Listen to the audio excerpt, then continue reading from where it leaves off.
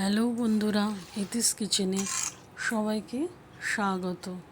আজকে আমি একটা মাটনের রেসিপি শেয়ার করব এবং সেই রেসিপিতে এটা একটা mutton curry, simple plain mutton curry. 1/2 kilo mutton নিয়েছি, তাতে 200 গ্রাম দই নিয়ে আমি আধ ঘন্টার মতো ম্যারিনেট করে রেখেছি। এবার 4টে পেঁয়াজ ডুমো ডুমো করে কেটে রেখেছি এবং সেটা কড়াতে 10 মিনিটের মতো ভেজেছি। তাতে আদা রসুন অ্যাড করেছি, 2 চামচ আদা 2 চামচ রসুন আছে এবং 4টে কাঁচা লঙ্কা।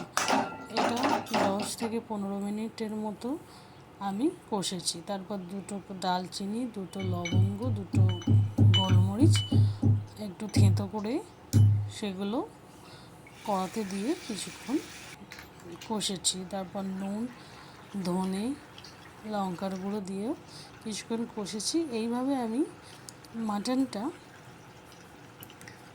আধ ঘন্টা থেকে 45 মিনিটের মতো কষে তাতে আমি জল ঢেলে দিয়েছি এবং এরপর আমি সেটা সিদ্ধ করার জন্য কিছুক্ষণ চাপা রেখেছিলাম এবং দেখো তেল ছেড়ে এসছে এবং আমার মাটন কারি তৈরি।